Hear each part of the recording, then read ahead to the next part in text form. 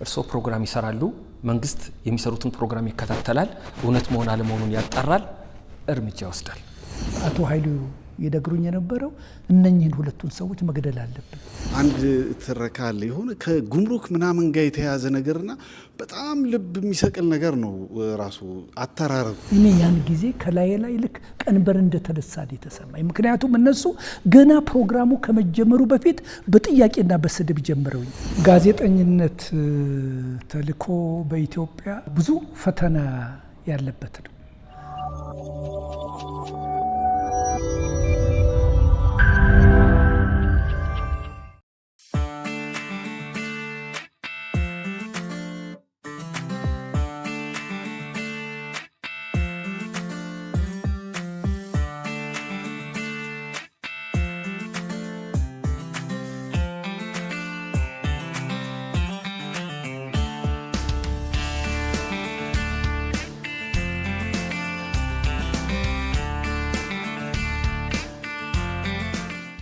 የርሶ ፕሮግራም ካየነው ከምንሰማው ነው አይደል ከምናየው ከምንሰማው ሊቀመንበር መንግስቱ ኃይለማርያም ፕሮግራሙን የሚሰሙት ከመተላለፉ በፊት ነው ማለት ነው አይደል ልክ በጣም አጥብቀው ይወዱት እንደነበረ ነው የሚነገረው እንግዲህ ሊቀመንበር አንዱ የተፈጠረው በተለይ ከሃላይ ደጊ በኋላ ሻለቃ ተካልኝም የዚህ ያ ፕሮግራሙ የመተላለፉ ሁኔታ አንዳንድ ሁኔታዎችን የፈጠረ በመሆኑ ፕሮግራሙ የተላለፈ ቢሆንም ማንኛውም ፕሮግራም የፖለቲካና ማስታወቂያ ውስጥ ያሉት እንግዲህ ጓድ ሊቀመንበር እርሶ ቢያደምጡት እሱ የሚሰራቸውን ፕሮግራሞች እርሶም ስለሚወዷቸው እርሶ ቢያደምጡት ተብሎ ሰውየው ቅዳሜ የምሰራውን ፕሮግራም አለ አይደለ ካላቸው ጊዜ ቆጥበው ስብሰባ ላይ ከሆኑ ይነገረኛል ያደምጡታል ቴፑ ይላክልሃል ይባላል ስለዚህ ይሄንን ፕሮግራም በጣም አለ አይደለ ፕሮግራሙን ይወዱት ነበር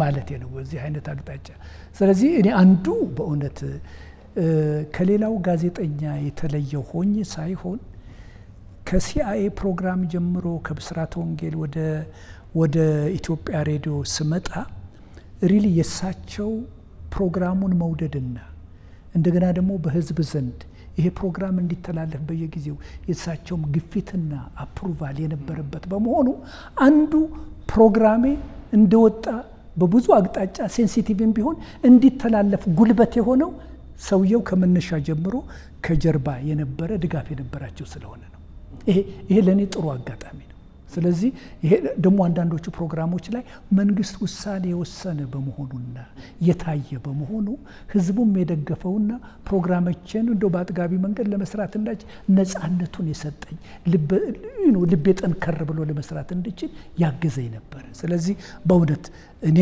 እንደ እድለኛ ሆኜ ፕሮግራሙ ከመነሻ ጀምሮ በሰውየው በመደገፉ ከዛ በኋላ ውሳኔ ደግሞ በመሰጠቱ እነኚህ ሁኔታዎች ሁሉ ለፕሮግራሜ ጥንካሬና ብዙ ፕሮግራሞችን በድፍረት ለማዘጋጀት ኃይል ሆኖኛል ብዬ ለማለት ይችላለሁ እንደው በመጠኑ አሁን ምንድነው እኔ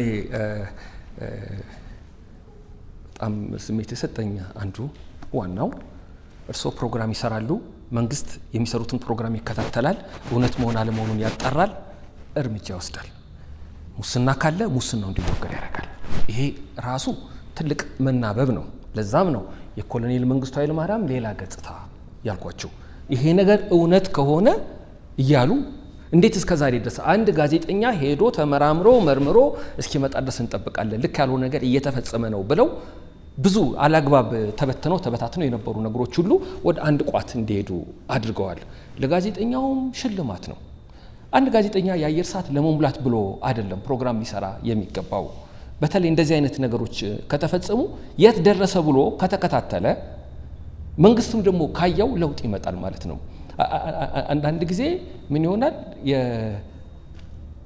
የምታስካካ ግን እንቁላል ማትጥል ዶሮ አይነት ይሆናል ሰዎች ይናገራሉ መፍትሄ ግን አይመጣም ስለዚህ እንደ አንድ ኢትዮጵያዊ እንደ አንድ አንባቢ መንግስቱ ኃይለማርያም ኮሎኔል እዚህ መጽሐፍ ላይ በተጠቀሰው መንገድ የወሰዷቸው እርምጃዎች በጣም ነው የሚያስደስተው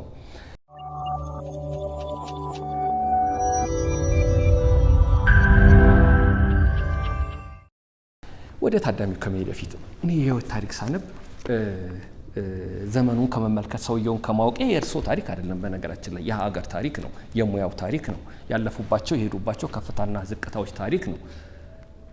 አንዳንዴ እላለሁ ለምሳሌ እዚህ ጓድ ፋሲካ ሲደልልን ጋሽ ፋሲካ ሲደልልን ጋብዘናል፣ ታገሱ ጌትነትን ጋብዘናል።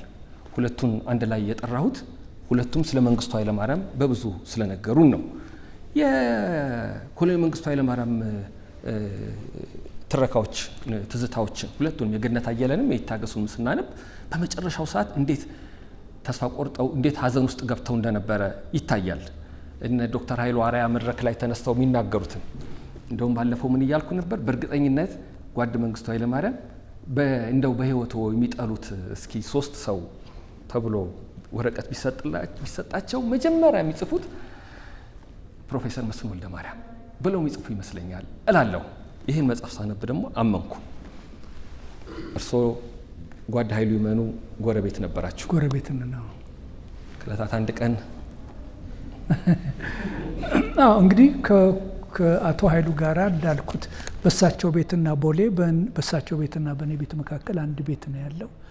ባለቤታቸው በጉርብትናም እንተዋወቃለን አቶ ኃይሉ ይመኑ።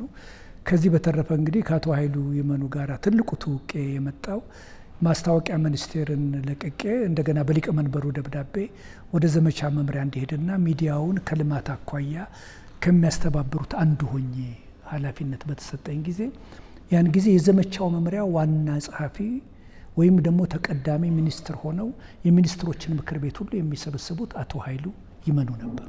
አቶ ከንጉሱ ጊዜ ጀምሮ ፕላኒንግ ሚኒስቴር የነበሩ ናቸው እና እንግዲህ አለቃዬ አንዱ እሳቸው ናቸው። ሌላው ኮሎኔል አዲስ ተድላ አለ አይደለ፣ ምክትል ሊቀመንበሩ ደግሞ ኮሎኔል አዲስ ተድላ ናቸው እና አቶ ኃይሉ ብዙ ጊዜ አብረን የእሳቸውን የውጭ ጉዳይ የፍትህና የማስታወቂያ ቢሮ ሆኜ ስሰራ ቆይቻለሁኝ እና አንደኛም ጎረቤት ነን፣ ሁለተኛም አለቃዬ ናቸው። ስለዚህ ድንገት ጠሩኝ አንድ ቀን ምሽት፣ ይሄ ችግሩ እየተባባሰ ባለበት ጊዜ ነው አዲስ አበባ የመጨረሻው ኢህአዴግ ሊመጣ ዋዜማ ላይ ማለት ነው። ሊቀመንበሩም ሊወጡ የተዘጋጁበት ጊዜ ወደኋላ አሁን ስናስበው ማለት ነው ይመስላል። እና ጠሩኝና ሲያበቃ ልክ ስገባ ስልክ ያወሩ የነበሩት ከመንግስቱ ገመቹ ጋር ነበር። መንግስቱ ገመቹ ማለት የሊቀመንበር መንግስቱ ረዳት ማለት ነው። የሊቀመንበር መንግስቱ ረዳት ናቸው። መንግስቱ ገመቹንም አውቃቸዋለሁኝ በተለያየ አጋጣሚዎች እዚህ መጽሐፌም ላይ ገልጫለሁ እኔና እሳቸው የተገናኘንበትን እና እንደው ባክህን አደራ የሚል ቃል ነው የተናገሩት እና ከዛ በኋላ ስልኩ ተቋረጠ። እንደገና ተደወለና ሲያበቃ እንደኔ ሊቀመንበርን አነጋግሬያቸዋለሁ፣ ለምኛቸዋለሁ፣ በህይወቴ እንደዚህ ሰው አልለመንኩኝም፣ እባክህን አሁን በዚህ በመጨረሻ ሰዓት ላይ አደጋ ባይደርስና ይሄ ሁኔታ ባይፈጸም ብለው ይናገሩ ነበር እና እኔ ለመውጣት የሚስጥር ይሆናል ብዬ ሰው ነው ቁጭ በላሉ ስልክ እንዲህ እያወሩ ቁጭ በላሉ እና መቀመጫ ላይ ተቀመጥኩኝ። ስልኩን ጨረሱ። ለመጠየቅ አልፈለኩኝም። ይገርማል እኮ ሲሉ ምን የተፈጠረ ነገር አለ ወይ ጓድ ኃይሉ ብዬ ጠየቅኳቸው። እንዲህ እኚህ ሰውዬ በመጨረሻ ሰዓት ላይ አሁን ባለንበት ሰዓት ላይ ፕሮፌሰር መስፍንንና እንትናን ማናቸው ኃይሉ አርአያን አለ አይደል? ምክንያቱም ታስታውሱ እንደሆነ ቀደም ብሎ የ4ኛው የኢሰፓ አመታዊ ጉባኤ በሚደረግበት ጊዜ ሁለቱ የተናገሩትን ታስታውሳለህ አለ አይደል? በዚህ ምክንያት ሰውየው ቂም ይዘዋል፣ ተናደዋል፣ ተበሳጭተዋል እና አቶ ኃይሉ ባሉበት ነው እነኚህን ሰዎች ዛሬ እርምጃ መውሰድ አለብኝ የሚል። ምክንያቱም የነሱ ሊቀመንበሩም ከወጡ በኋላ ይሄ ጥያቄያቸው ትክክለኛ መሆኑን አስታውሳለሁ። ምክንያቱ ተስፋዬ ዲንቃ ከመጡ በኋላ የመጨረሻ ዶክተር መራራ ጉዲናና ፕሮፌሰር መስፍን መጥተው የሽግግር መንግስት መቋቋምና ይህች ሀገር አሁን ካለበት መላቀቅ አለበት የሚል ደብዳቤ የሚይዘው መጥተው ነበር። አቶ ተስፋዬ ዲንቃ በነበረበት ጊዜ ሊቀመንበሩ ከሄዱ በኋላ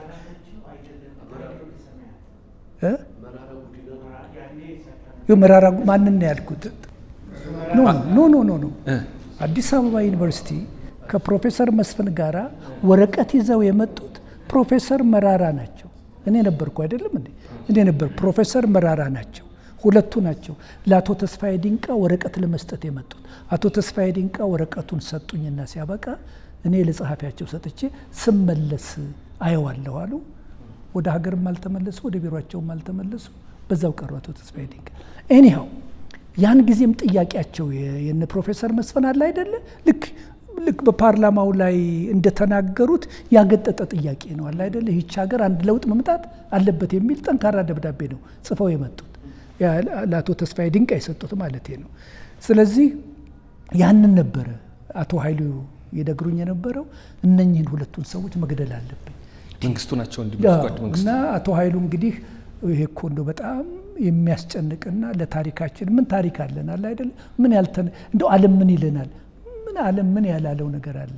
ሊቀ መድበር ብዙ ጊዜ የሚሉት ወሬ ለተወሰነ ጊዜ ነው አለ አይደለም። ምንም ነገር ብታደርግ ብትገል ለአንድ ሰሞን ነው የሚል ሌላም ጊዜ ሲናገሩ ብዙ ጊዜ ሰምቼ ወሬ ለአንድ ሰሞን ነው የሚል ሁኔታ ነበር።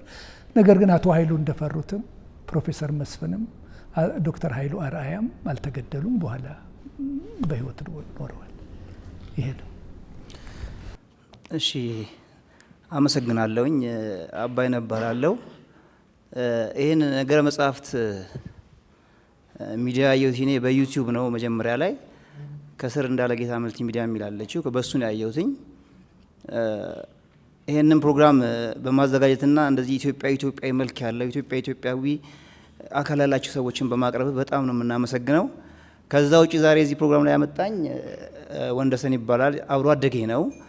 አሁን አዲስ ከተማ ክፍለ ከተማ፣ ከዛ በፊት ኮልፌ ቀራኒዮ፣ ከዛ በኋላ ዶክተር ንጉሴ እንዳሉት ወረዳ 25 ስር ተወልደን ያደግ ልጆች ነን። የወረዳ 25ን ታሪክ ትንሽ ብልጭ አድርገው በመንገራቸው ደስተኛ ነኝ። ወንደሰን ጓደኛዬንም አመሰግነዋለሁ እዚህ ፕሮግራም ይዞኝ ስለመጣ። ምናልባት ከዚህ ምስጋና በኋላ የምገባ ወደ ዶክተር ንጉሴ ጥያቄ ነው። በጣም የሚቆረቁረኝ የነበረ ከጋዜጠኝነት ጋር የተያያዘ እሳቸው ብቻ ይመልሱልኛል ብዬ የማስበው ጥያቄ ውስጤ ስለሚሰላስል ጥሩ አጋጣሚ ተፈጠረኝ ለጥያቄ። ከዛ በፊት ግን በመሀል እነዛ ሁለቱ ሴቶችና አንድ የቀረው ነፍሰ ገዳይ ታሪክ በነገሩን ሰዓት ላይ እግዚአብሔር እየጠበቀኝ ነው መሰለኝ ያሉት ነገር ትልቅ መስመር የሚሰጥበት ነው።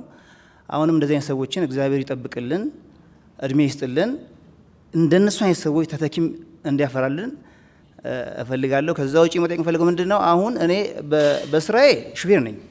ነገር ግን ነፍሴ ወደ ሚዲያ ያደላል፣ ወደ ቴሌቪዥንም ወደ ሬዲዮንም። እድሜ ከደረሰ ጀምሮ ማዳመጥ ስጀምር የጋዜጠኝነት ዲሲፕሊንን ነው መጠየቅ የምፈልገው እርስዎን። ምንድን ነው በፊት የነበረው ጋዜጠኝነት ዲሲፕሊንና አሁን ያለው የጋዜጠኝነት ዲሲፕሊን በጣም እየወረደ መጥቶ የእኔ ነፍስ ትንሽ ከዛ ልትወጣ እየፈለገች ነው፣ ወጥታለች ማለት ይቻላል። ምክንያቱም ሚዲያ ላይ ስም እየተቆለማመጹ ለብዙ ሰዎች የሚያሳልፉትን ነገር አብዛኛውን ደቂቃ በመሳቅ እያሳለፉ ጋዜጠኞቻችን በእንደዚህ አይነት መልኩ ነው እንትን እያሉ ያሉት። ምናልባት ይህንን ዲሲፕሊን የሚመለስልን ጊዜ መቼ ነው? አንዱ ጥያቄ ይሄ ነው። ያስ እንዲመለስ ምንድን ነው ከእርሶ ሙያ አንጻር የሚደረገው? ከዛ ውጭ አሁንም በዚሁ እኔ ባልኩት ስህተት በሚሄድበት የጋዜጠኝነት ሙያ ላይ ፕሮግራም ላይ እርሶም በእድሜ ስላሉና ይከታተላሉ ብዬ ስለማስብ ምንድን ነው የሚሰማውት? አሁን እንደዚህ አይነት ውልግድግድ ያለ አይነት የጋዜጠኝነት ሙያ ተሳስቼ ከሆነ ይቅርታ አድርጉልኝ፣ የሚሰማውት ምንድን ነው እርሶ በእናንተ ጊዜ ከነበረው ጋር ይህንን ሲያነጻጽሩ? አመሰግናለሁኝ። መቼም የጋዜጠኝነት ተልእኮ በኢትዮጵያ ብዙ ፈተና ያለበት ነው። በንጉሱ ጊዜ ሰዎች በተለያየ ማህበራዊ በሆኑ ጉዳዮች ላይ በጣም የሚያስደንቁ ሀገርን የሚመለከቱ ብዙ የሚናገሩ ጋዜጠኞች እንዳሉ አስታውሳለሁ። የዛኑ ያህል ደግሞ ተገድበው ተቆጥረው በእነኚህ ጉዳዮች ላይ ማንም ጋዜጠኛ እንዳይናገር ተጽፎ የተቀመጠ ስለሆነ ጋዜጠኛው ደግሞ ዳር ድንበሩን አውቆ የሚሰራ ነበር።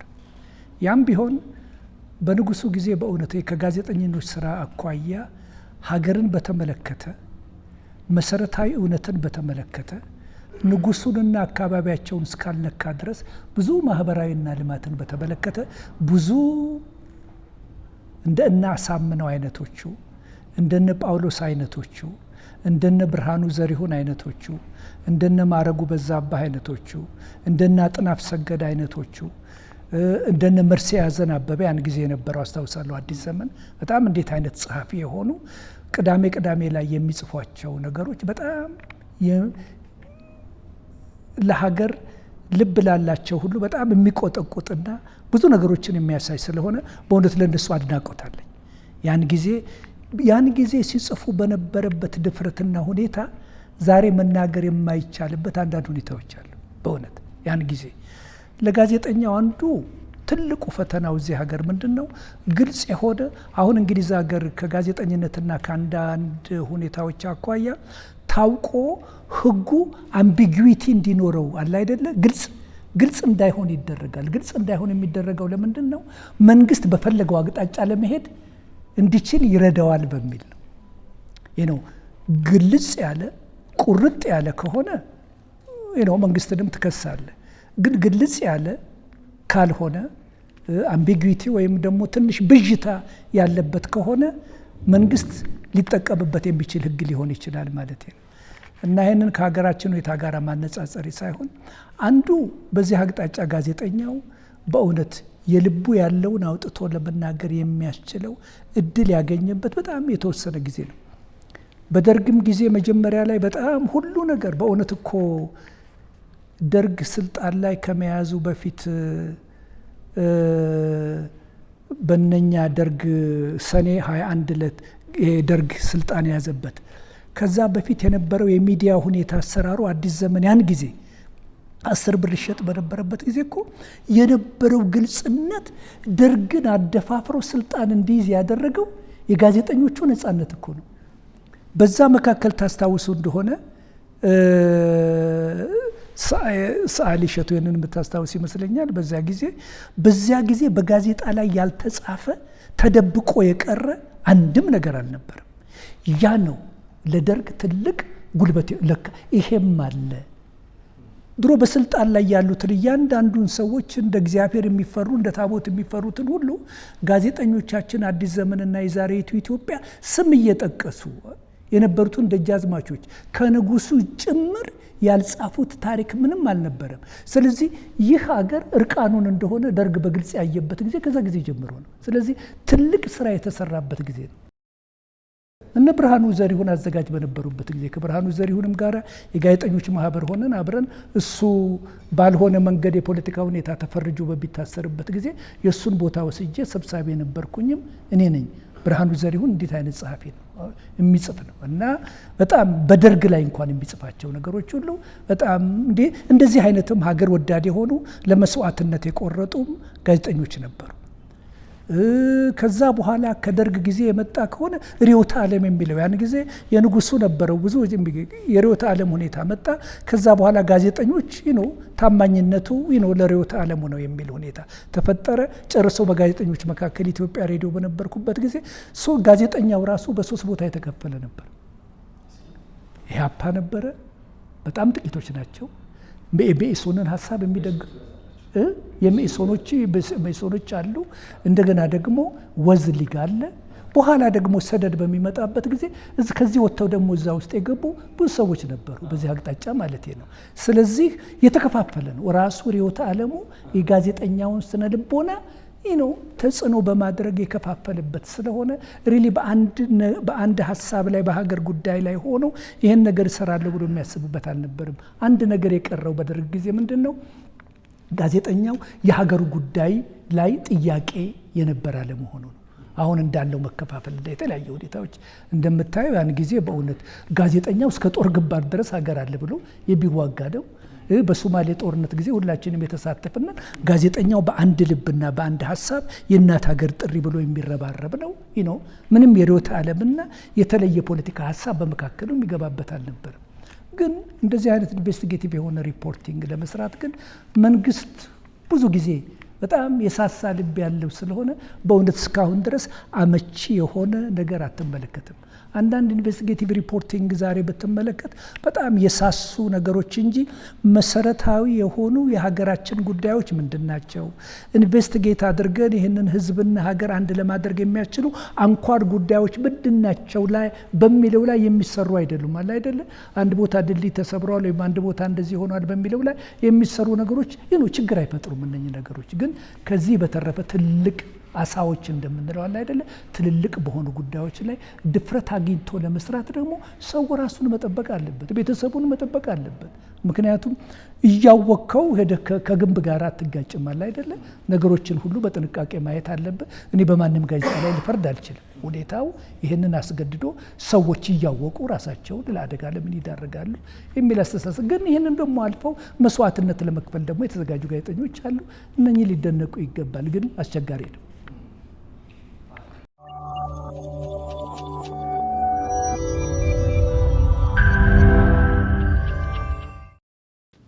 አመሰግናለሁ።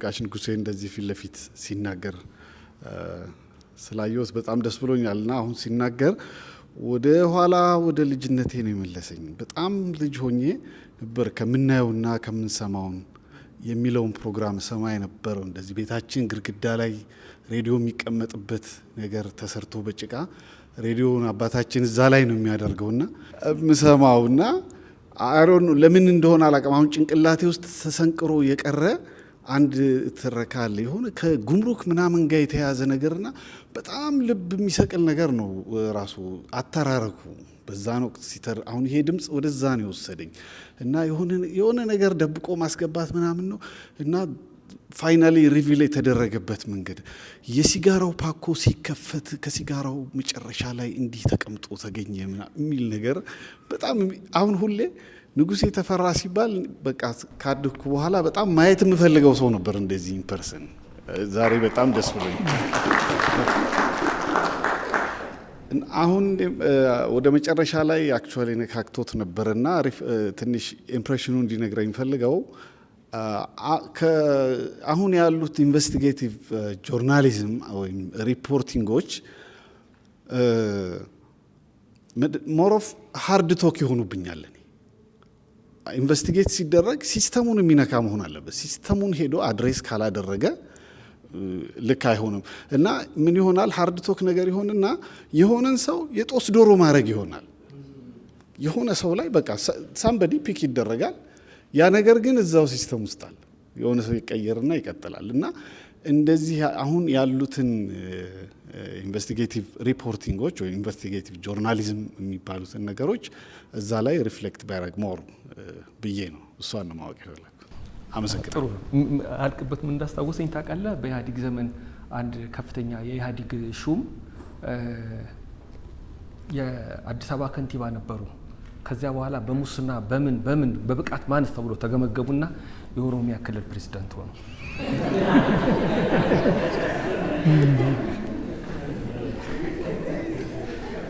ይሄ እድገት ያሰጠረ ከተለያዩ ሁኔታዎች የተለያዩ ነገር መጋለጥ የሚለውን ስል አንድ አዲስ አበባ ውስጥ ኤምባሲ ውስጥ የሚሰሩ በአሁኑ አገላለጽ ኤርትራ ልጆች የሆኑ አለ አይደለ? አሁንም ከውጭ ሆኖ አንዱ ደብዳቤ ጽፍልኝ አንድ ጊዜ ገጥሞኛል።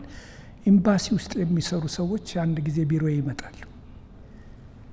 ታውቃለህ፣ እዚህ ሀገር ያሉ ብዙ ከዛ ሀገር ከጣሊያን ሀገር መጥተው ከሌሎችም ሀገሮች መጥተው እዚህ ሀገር ኢንቨስት የሚያደርጉ አሉ። ውጭ ምንዛሪ ማውጣት አስቸጋሪ ነው። ከኢትዮጵያ ገዝተ ለማስወጣት ትልቁ አሁንም በቅርቡ አንዳንድ ኦፊሻል መግለጫዎች ላይ እንዳየሁት አንዳንዱ የውጭ ምንዛሪ ማውጫው ኤምባሲዎች ናቸው። ስለዚህ መጡና ነገሩኝ። የሚቀጥለው ሰኞ ለታ ካውንስለሯ ዲፕሎማት የአንዱ ሀገር ካውንስለር ወደ ውጭ ትሄዳለች። 2 ሻንጣ ሙሉ የአሜሪካን ብር ይዛለች። በዲፕሎማቲክ ፓች ነው የምትሄደው፣ የሚጠይቃት የለም። ስለዚህ ምን ማድረግ ትችላለህ አለ። ኋላ እንዳታዋርዱኝ አልኳቸው። በፍጹም ከዚህ በፊትም አንድ መረጃ ላይ ወንድምየው ሰጥቶኛልና ለኮሎኔል ተስፋዬ ቀጠሮ ያስኩኝና ሄድኩኝ። በዚህ ቀን የአንድ ሀገር ካውንስለር የሆነች ሴት 2 ሻንጣ ወርቅም ጭምራለ ይዛ ጭና ትወጣለች ብዬ ነገርኳቸው። ኮሎኔል ተስፋዬን በጣም አመሰግናለሁ። በእውነት ያን ለታ ከውጭ ጉዳይ ጋር ተነጋግረው ኢሚግሬሽን ሰዎች ሲኒየር የሆኑ ሰዎች ቦሌ ላይ ተገኝተው እኛ እርግጠኛ ነን ብለው ተመልክተ የኔን ቃል ወስደው እርግጠኛ ነን ብለው በዛ በሻንጣው ላይ ሌላም የራሳቸውን ቼክ የሚያደርጉት አለ አይደለም ማለት በተለያየ መንገድ አድርገው ሻንጣው እንዲከፈት ተደረገ። ስርዓት ጠብቆ በውስጡ 2 ሻንጣ ሙሉ የአሜሪካን ብርና ወርቅ የተሞላ ነበር። ስለዚህ ይዘው ለመውጣት አይችሉም። በዛ ሁኔታ ያ እንዲቀር ተደረገ። እንደዚህ ሌላው በእውነት ከሊቀመንበር መንግስቱ ጋር የተያያዘ ሰውየው አንድ ጊዜ በዚህ በጉምሩክ የሚሰራው ከፍተኛውን ብድና አሰብ ሄደን ከመጣን በኋላ በጸሐፎ ላይ ገልጬዋለሁኝና ይህንን ከብሔራዊ ባንክ ጋር ያለ የውጭ ምንዛሬ የማሸሽና የማጥፋት ጉዳይ በተመለከተ መጽሐፉ ላይ ታገኙታላችሁ። በጣም የሚያሳዝን ነበርና አሰብ ሄጄ ያየሁትን ይህንንም ለመቆጣጠር ብሔራዊ ባንክ ብዙ ጊዜ የሚያደርገው ምንም ነገር እንደሌለ መረጃ ከሰበሰብኩኝ በኋላ ፕሮግራም ሰርቼ ለሻለቃ ተካልኝ ሰጠው። ሻለቃ ተካልኝ ይሄ እዛ ካሉ የኢኮኖሚ ሰዎችና ከብሔራዊ ባንክ ጋር ያጣላናል አለኝ። ለማንኛውም ይደውልለታል ደርግ ጽሕፈት ቤት ከተደወለ በኋላ ይሄ ፕሮግራም እንዳይተላለፍ ንጉሴ ቴፑን ይዞ ይምጣ ተባለ። ከዛ በኋላ ደርግ ጽሕፈት ቤት ሲሄድ በእውነት የኢኮኖሚ ኃላፊው ከለገሰ አስፋውና ከኮሎኔል ፍስሐ ደስታ ጋራ ቁጭ ብለው ጠበቁኝ። ችግር እንዳለ ተረዳሁኝ።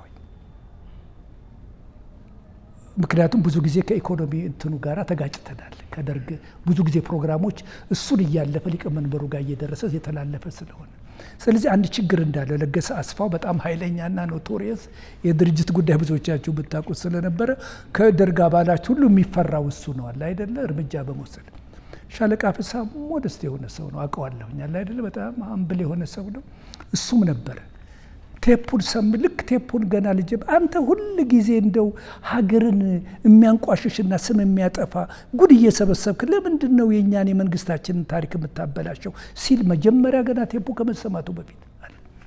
ለገሰ አስፋው ቀጠለ። እኔም አንዳንድ ጊዜ ጥያቄ ይሆንብኛል እንደው ያለ አይደለ ይሆን ከጀርባው ማን አለ ከጀርባው እንደዚህ አይነት የምታደርገው ነገር የሚል ልካ ላይ ደጊላ ያለ ጊዜ አንዱ የደርግ አባል ንጉሴ እኔ ለሀገሬ ከምትል እኔ ለሶማሊያ ብለህ ለምን አትሰራም ፕሮግራም ብለውኝ ነበር። እና ከዚህ በኋላ ፕሮግራሙ ተጀመረ። ልክ ሲጀምር እድለኛ ነኝ እኔ ብዙ ቦታ እንዳልኩት ነው።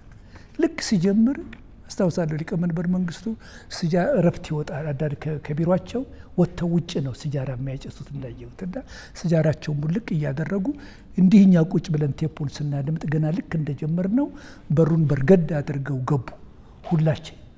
እኔ ያን ጊዜ ከላይ ልክ ቀንበር እንደተነሳን የተሰማኝ ምክንያቱም እነሱ ገና ፕሮግራሙ ከመጀመሩ በፊት በጥያቄና በስድብ ጀምረውኛል። ስለዚህ ሻለቃ ተካልኝ ደግሞ ነግሮኛል ይሄ ሰውዬ መልካም አይደለም የሚፈልግህ ብሎኛል። ስለዚህ ሻለቃ ምንድነው ብታደም ንጉሴ ደግሞ ምን ይዘህ መጣህ አሉኝ። አይ እንደዚህ አሰብ ሄጄ ነበርና አንዳንድ ነገሮች ከጉምሩክ ከብሔራዊ ባንክ ጋር የተያያዙ ጉዳዮች ናቸው እኔ ምን ለመስማት እፈልጋለሁ ብለው ወንበር ሳቡና ቁጭ አሉ። ያን ጊዜ እውነት ነገራችኋለሁ የኢኮኖሚ ጉዳይ ኃላፊው እኔን ለማስፈራራት እነኚህን ሰዎች ይዞ የጠበቀኝ ሰው አንደበቱ ሁሉ ተሳሰረ በናገር አቃተው። ከዛ በኋላ ምን ጌሙ ተለወጣል አይደለ ሊቀመንበር መንግስቱ ገጨረስ አንድ እሱ ላይ ነው አንድ ጋዜጠኛ አንድ ተራ ጋዜጠኛ አሰብ ድረስ ሄዶ ይሄን ሁሉ መረጃ ሲያመጣ እናንተ እዚህ ቁጭ ብላችሁ ምን እንደምትሰሩ እኮ አላውቅም። ሻለቃ እውነት ነው ይሄ በጣም ከፍተኛ ነው አንዳንዱ መረጃ ደርሶናል ግን ነገሮችን ለማስተካከል እያሰብን ነው በዚሁ ምክንያት ነው እኔንም ይመለከተኛል ብዬ እዚህ የተገኘሁት በሚል ጥሩ የሆነ ንግግር በኮሎኔል ፍስሐ ተነገረ። ከዛ በኋላ ጌሙ እንዳልኩት ተለወጠ። ሊቀመንበሩ ቴፑን እኔ አደምጠት የብሔራዊ ባንክን ኃላፊ ዛሬ ጥሩልኝ አሉ። ከዛ በኋላ ቴፑ ተሰማ ፕሮግራሙ እንዲተላለፍ ተደረገ እና የተለያዩ እርምጃዎች መወሰዳቸውን አውቃለሁኝ በጉምሩክ ላይ ያለ አይደል። ይሄን ያነሳሁት ምንድነው ሰውየው እንደዚህ ፍለፊት የሚታይ ነገር ካለ ለነገ ብለው የሚያሳድሩት ሁኔታ አይደለም። ከጉምሩክ አኳያ ያነሳሁት ነው። ሌላ ያልመለስኩት ጥያቄ ነበር ተመልሷል። ግን አንድ ነገር ላስቸግሮት ነው አሁን አልቅበት ሲል ነው ሬዲዮ ትዝ ይለኛል እንደዚህ ለናሙና ሁለት አንቀጽ ሶስት አንቀጽ ደግሞ እዚህ ውስጥ ያኔ ከምናየው ከምንሰማው የሚለው ፕሮግራም ሲሰራ ለናሙና የሚሆኑ መክፈቻዎች ምናምኖች ቀርቧልና ያኔ ያቀርቡት እንደነበረው ሊመጥም ያለ ዘመን አለ፣ ቦታ አለ፣ ስቱዲዮ አለ፣ ሰው ፊት ነው። ግን እንዲሁ ድምጾትን ብንሰማ ሲያነቡ ደስ ይለናል። አይ ድምጼን እንኳን ድምጼ አሁን ተለውጧል እኮ እድሜም ተለውጧል። ግን አንዱ የማደርገው ነገር ምንድን ነው?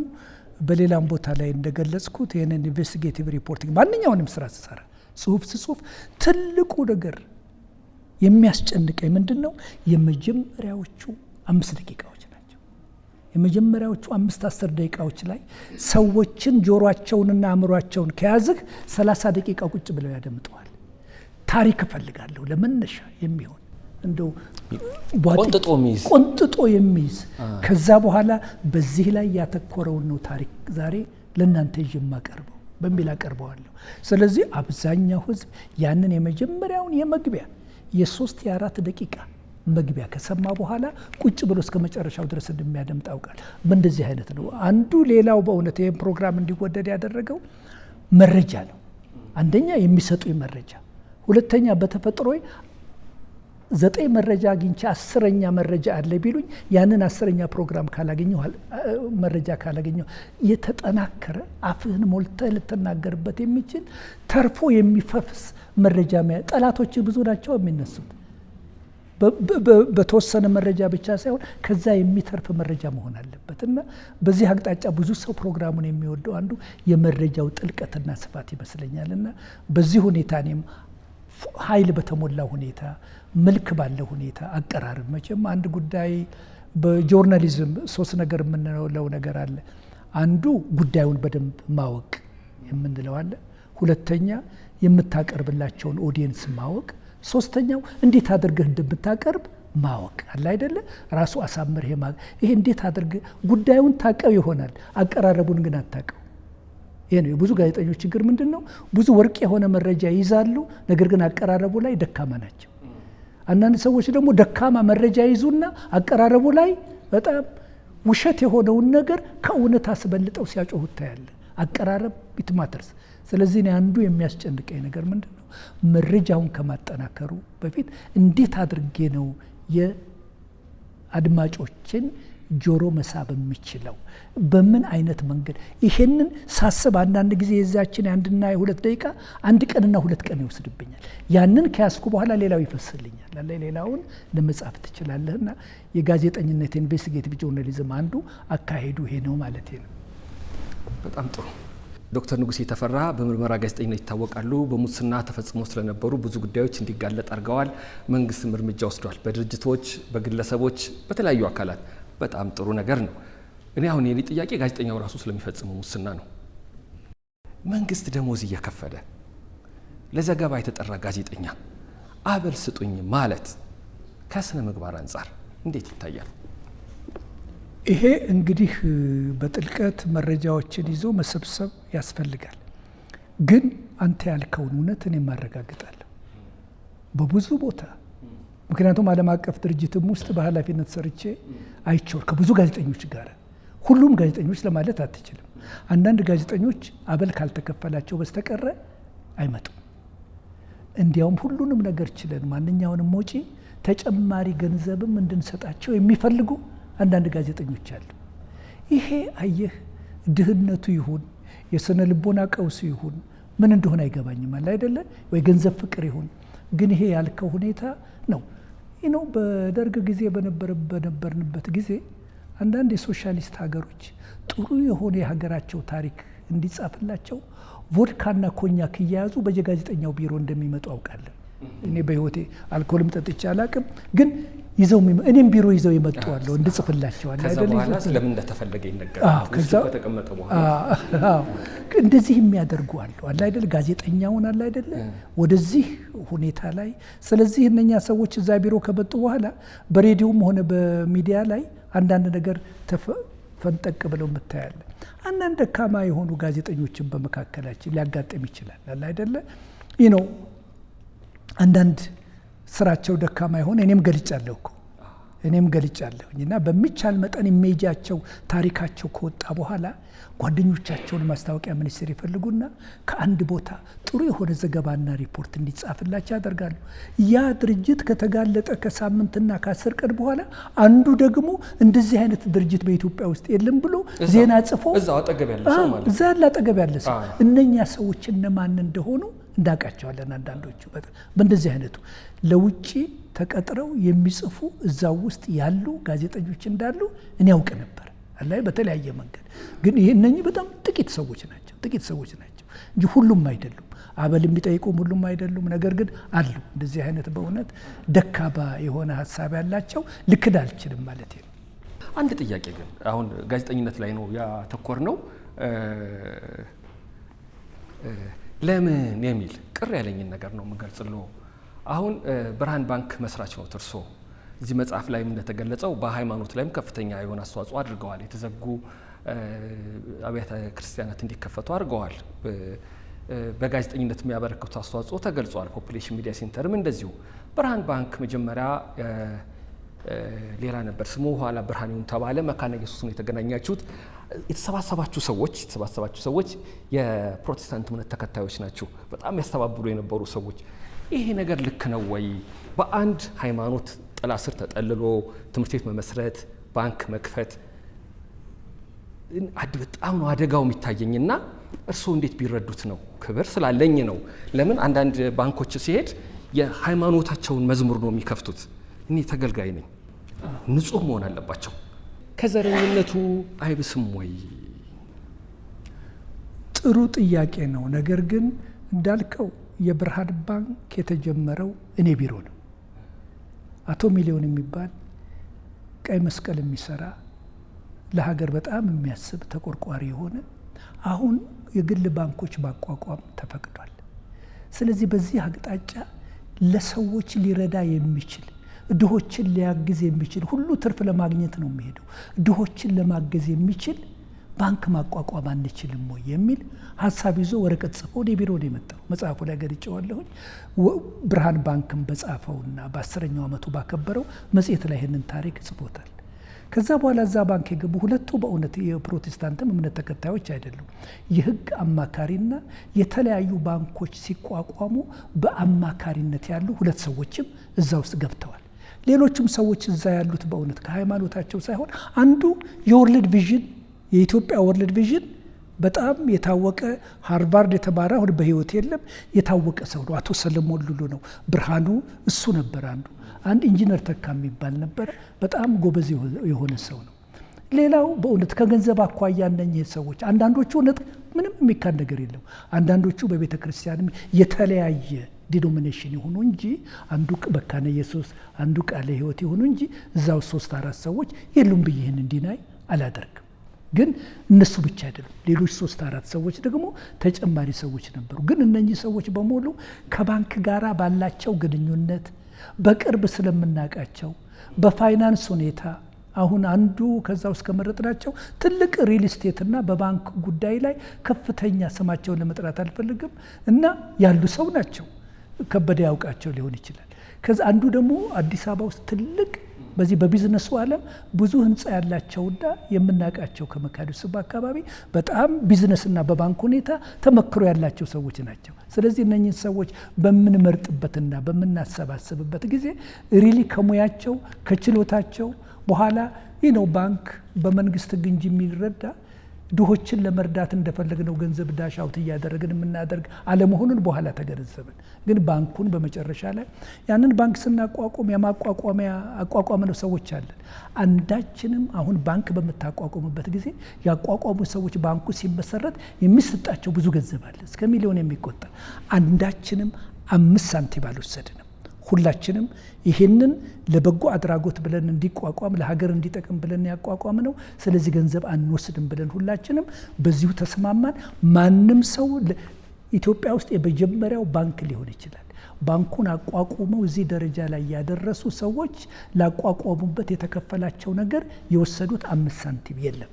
እና ከዛ በኋላ ብዙ ፕሮፌሰሮችም ሌሎችም በአዲስ አበባ ዩኒቨርሲቲ በመንግስት በኃላፊነት ያሉ እየተመረጡ አለ አይደለ፣ በእምነታቸው ብቻ ሳይሆን ጨርሶ በተለያየ ሁኔታ ጨርሶ ከእምነታቸው ጋር ግንኙነት የሌለ ብዙ ሰዎች ገብተዋል። ግን ተመሳሳይ የሚተዋወቁ ግን ከሙያ አኳያ፣ ከፋይናንስ አኳያ፣ ከባንክ ስራ አኳያ ታይተው 2-3 ሰዎች ደግሞ ጨርሶ ከህግ አኳያ ሀሳብ የሚሰጡ ከሌሎች ባንኮች በማቋቋም ይረዱ አለ አይደለ። በሰው ፈልገን ገንዘብ እንከፍላለን ብለን ገንዘብ ከፍለን አዋጥተን አለ አይደለ ከፍለናቸው የመጡ ሰዎች አሉ። በእንደዚህ አይነት መንገድ ነው። ግን ያልከው አንዳንድ ነገሮች ግንኙነት የሚያገናኙ ግንኙነት የሉበት ዲናይ ለማድረግ አይደለም። ግን እነኛ ሁሉ ነበሩበት። በኋላም የቦርድ አባል በተመረጠበት ጊዜ አብዛኛው እንዳያቸው አለ አይደለ ከዩኒቨርሲቲ ከተለያየ ቦታ ጨርሶ በእምነትም የማይገናኙ ከኦርቶዶክስም ቤተክርስቲያን ውስጥ ያሉ ሰዎች እዛ ውስጥ ነበሩ። ስም መጥራት እችላለሁኝና በእንደዚህ አይነት መንገድ ነው የተቋቋመው። አዎ ልክ ነው እንዳሉት የኢትዮጵያ ወንጌላውያን ህብረት በማስተባበር የሚታወቁ ሰዎች ነበሩበት። መጋቢ ስዩም ገብረ ጻዲቅ ብዙዎች ልክ ነው። ምንም ጥርጥር የለውም ትበዛላችሁ። እሱ የተጨመረው ለምንድን ነው? ወንጌላውያን አብያተ ክርስቲያናት በሙሉ የምናውቃቸው ስለሆነ ወደ ባንኩ ውስጥ አለ አይደለ የምናውቃቸው ሰዎች ሰው ስትጋበዝ የምታውቀውን ነው መጀመሪያ የምትጠራ። እኔ በዚህ በኩል ያለውን በፕሮቴስታንት ያለውን ሁሉ እዛ እንዲገቡ እናደርጋለን። ግን ሌሎቹም ጋር የተላኩ ሰዎች ነበሩ። እስከ ሳውዝ አፍሪካ ድረስ ሄደው በዛ ያሉ ብዙ ዲያስፖራውን ሁሉ ሲያባብሉና ሲጠይቁ የነበሩ ከዛ ብዙ ገንዘብ አምጥተው ኢንቨስት ያደረጉ ሰዎች ነበሩና ይሄ የለም ማለት አይደለም። ግን በዚህ አይነት መንገድ ገንዘብ ለማሰባሰብ ያደረግነው ጥረት ነው። ከቤተ መንግስት ውስጥ ከሚበቅለው ወገንተኝነት፣ ዘረኝነት፣ ጥገኝነት ልቅ ቤተ ክህነት ውስጥ እየመጣ ያለው ነገር ስለመፈራ፣ ቤተ ሃይማኖት ውስጥ የሚታየው ነገር ስለመፈራ አሁን እገሌ እንትን ሃይማኖት ተከታይ ነው እሱ ካፌ እንሂድ ማለት ስለበዛ እውነት ነው። ካፌ ለመጠቀም ሃይማኖቱን ካየው ምናምን እንደዚህ ባንክ ለመጠቀም ሃይማኖቱን ካየው የሚያበድረኝ የምከተለው ሃይማኖት ከሆነ ሲያገር አይነት ነው እንደዚህ ላለው ምርመራ ጋዜጠኛ በሆነ ኖሮ ዶክተር እንዳለ ጌታ ስለዚህ ሀሳብ በጣም አመሰግናለሁ። ይህንን አብዝተው ከሚቃወሙት እና ከሚከራከሩት ዛሬ በሀገራችን ከዝምድና አኳያ ከዘር አኳያ የሚደረገውን መሰባሰብ እጅግ ከሚያወግዙና ልባቸው እስከሚቃጠልባቸው ሰዎች አንዱ እኔ ነኝ። ይህንን አረጋግጥልሃለሁ። በጣም አሪፍ። ዞር ብዬ ሳየው እንዴት ነበር ቆይታችን?